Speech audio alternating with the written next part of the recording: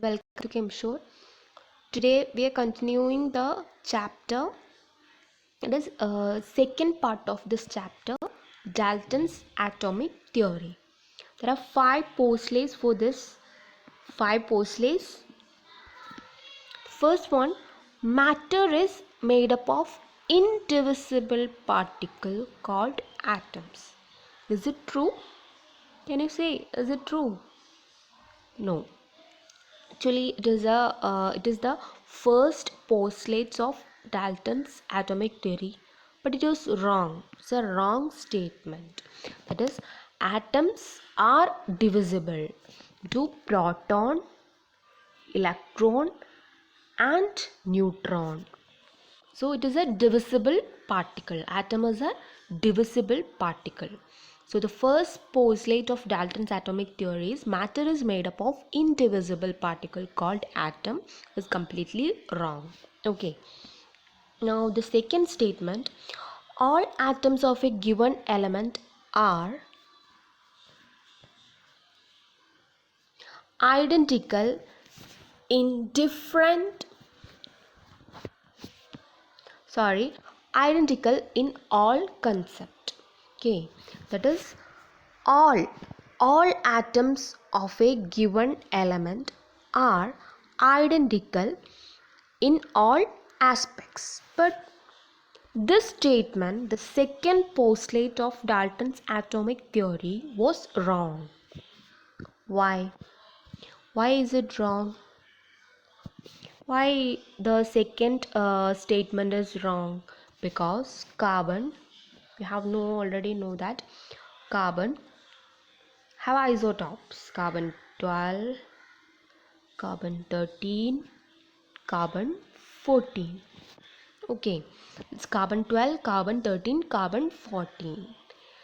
These three isotopes are not identical in all aspects. These carbons have different isotope.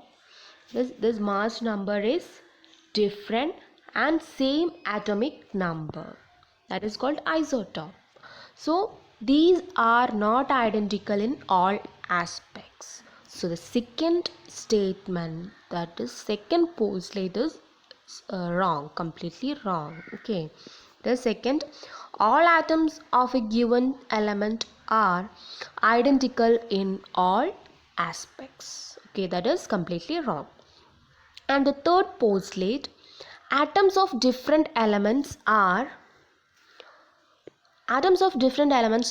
different in all aspects. That is, atoms of different elements.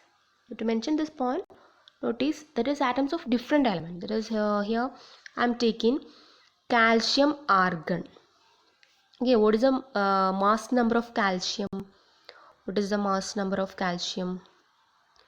Mass number, that is 40. Calcium is having 40 mass number, and argon also is having 40. That is, these two are different types of elements having same atomic mass. Okay, these two are different elements having the same atomic mass. So the third postulate of Dalton's atomic theory was completely wrong. Okay, atoms of different element are different in all aspects. They are saying the postulate is from the postulates we can understand that atoms of different elements are different in all aspects. Different in all aspects. Here this is 14. It's wrong. That is 40. Calcium 40 and argon also 40 atomic mass. So but calcium is also having 40 atomic mass and argon is also having 40 atomic mass. That is, the atoms of different elements having same atomic mass and different atomic number are called isobar. That is, these two are called isobars. So the existence of isobar reveals that the third postulates of Dalton's atomic theory was completely wrong. Okay, so the third postulate was also wrong, and the fourth and fifth, fourth one, compounds are formed by the addition of atoms in a fixed proportion. That is the correct one actually. These compounds are formed. So we can take one compound, calcium carbonate. Suppose calcium carbonate, it's a compound. That is, compounds are formed by the addition of atoms. Here calcium, carbon and oxygen in a fixed proportion. That is the correct statement of Dalton's atomic theory. Okay, and the last fifth postulate was chemical reaction involves reorganization of atom. That is, during a chemical reaction, what happens? There is a reorganization of atoms from in the reactants, from one reactant to second reactant. If suppose A and B are the reactants, A, B, C, D are the reactants, so reorganization of the atoms for the product is formed.